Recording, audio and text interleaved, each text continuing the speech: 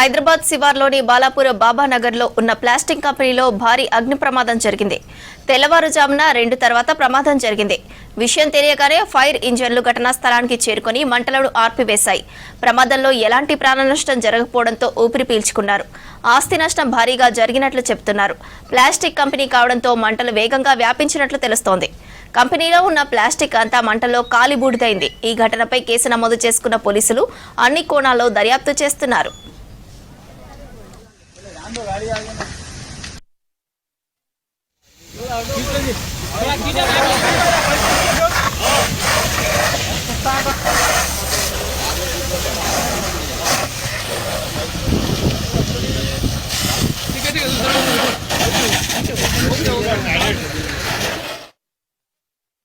రాత్రి 2 గంటల సమయంలో బాలాపూర్ పిఎస్ పరిధిలోని న్యూ బాబానగర్ ఏరియాలో గోడౌన్లో ఉన్న ఎండి అయాజ్ మరియు సయ్యద్ సాబెర్ చెందిన స్క్రాప్ గోడౌన్లో మంటలు రావడం స్థానికులు గమనించారు. తర్వాత వాళ్ళు గమనించి వాళ్ళు ప్రయత్నం చేశారు ఆ మంటలు ఆపడానికి. అవి వీలు కాకపోవడంతో డైల్ అండర్ చేయడం జరిగింది.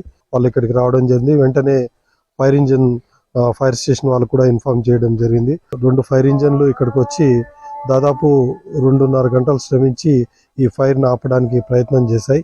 దీనికి ఫైర్కు కారణాలు ఇన్వెస్టిగేషన్లో కంప్లైంట్ తీసుకున్న తర్వాత జరుగుతుంది. దీంట్లో ఎవరికి ఏం గాయాలైతే కాలేదు.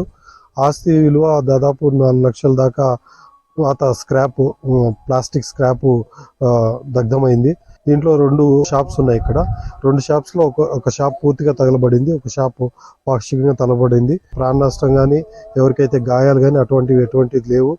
ఈ గాలి కూడా మనకు ఆపోజిట్ డైరెక్షన్ లో వీస్తున్నందుకు పెద్ద ప్రమాదం తప్పింది. దీనికి పరిమితులు ఉన్నాయి.